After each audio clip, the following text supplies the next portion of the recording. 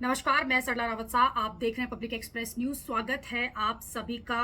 Hyderabad police के हाथों एक बड़े गिरोह का भंडाफाड़ हुआ है। बताया जा रहा है कि चाइनीज ऐप के जरिए लोगों को जिस तरह से बेवकूफ बनाया जाता था और फर्जीवाड़ा किया जाता था, अब तक का सबसे बड़ा फर्जीवाड़ा इसे कहा जा सकता है, क्योंकि 712 करोड़ रुपए लगभग एक साल के अंदर इस गिरोह ने कमाए हैं, इस गिरोह ने इकट्ठे किए हैं। और बताया जा रहा है कि अब तक 9 लोगों की गिरफ्तारी हो चुकी है। चाइनीज हैंडलर के साथ मिलकर भारत में काम करने वाले इन 9 लोगों की गिरफ्तारी हुई है। 4 लोग हैदराबाद से गिरफ्तार हुए हैं, 3 मुंबई से और 2 अहमदाबाद से। और ये सभी लोग चाइनीज हैंडलर्स के संपर्क में थे। और बड़ी बात जो निकल कर आई है कि दुबई के रास्ते ये पैसा चाइना पहुंचता था, दुबई के रास्ते ये पैसा चीन पहुंचता था। और लगभग एक साल से भी कम समय के अंदर इस फर्जीवाड़े में इस गिरोह ने 712 करोड़ रुपए कमाए हैं। लोगों को किस तरह से बेवकूफ बनाता था,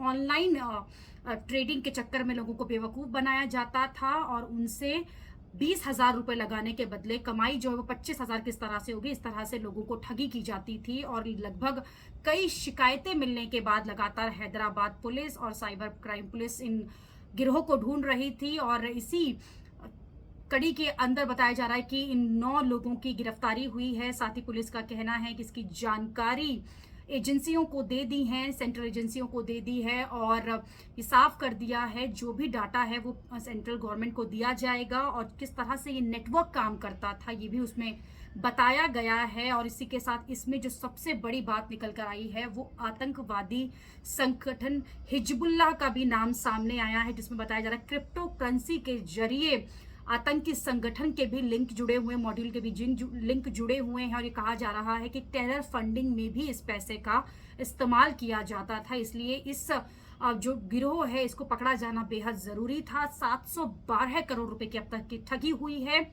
9 लोगों को हैदराबाद की पुलिस गिरफ्तार कर चुकी है। इस बीच 6 अन्य लोग अभी भी देश में हैं जिनकी तलाश जारी है।